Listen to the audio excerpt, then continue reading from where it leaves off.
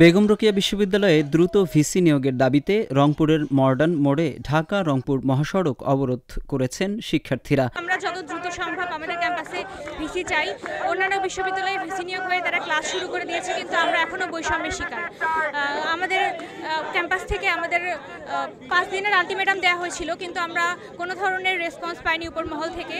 এরপর দ্বিতীয়বারের জন্য 48 ঘন্টার আলটিমেটাম দেওয়া হয়েছিল, কিন্তু তারপরেও আমরা কোনো রেসপন্স পাইনি, আমাদের কোনো সমাধান পাইনি। কার্যক্রমগুলো রয়েছে সেগুলো ব্যাহত হচ্ছে। পাশাপাশি আমাদের যে শিক্ষার্থীরা যে বাহিরে করতেছে পড়াশোনার জন্য, পড়াশোনার যে বিঘ্ন করতেছে, এটা ক্ষতিপূরণ কে দিবে? আমাদের যে সেশন জটের শিকার হচ্ছি, এটার ক্ষতিপূরণ কে দিবে? এ দাবিতে উত্তরবঙ্গ ব্লকেট কর্মসূচি পালন করছেন তারা। 16 সেপ্টেম্বর বেলা 11টা থেকে 1:30টা পর্যন্ত সড়ক অবরোধ করে রাখেন শিক্ষার্থীরা। শিক্ষার্থীদের আন্দোলনের কারণে লালমনিরহাট কুড়িগ্রাম সড়কে যান চলাচল বন্ধ হয়ে যায়। এতে ভোগান্তিতে পড়েছেন যাত্রীরা।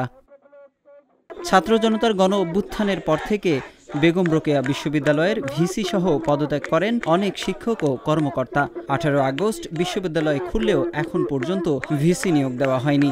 এতে সেশন জট সহ নানা সংকটে পড়েছেন শিক্ষার্থীরা। ভিসি না থাকায় প্রথমত আমাদের কোনো ধরনের প্রশাসনিক কার্যক্রম চলছে না, কোনো ধরনের অর্থনৈতিক কার্যক্রম চলছে না, কোনো ধরনের একাডেমিক কার্যক্রম চলছে না।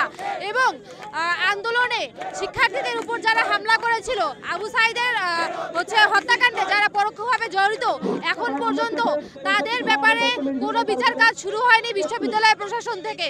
এই জন্য আমাদের দ্রুত ভিসি নিয়োগ দেওয়া দরকার। আমাদের একাডেমিক, প্রশাসনিক, অর্থনৈতিক এবং বিচার কাজ শুরু করার জন্য আমাদের ভিসি প্রয়োজন।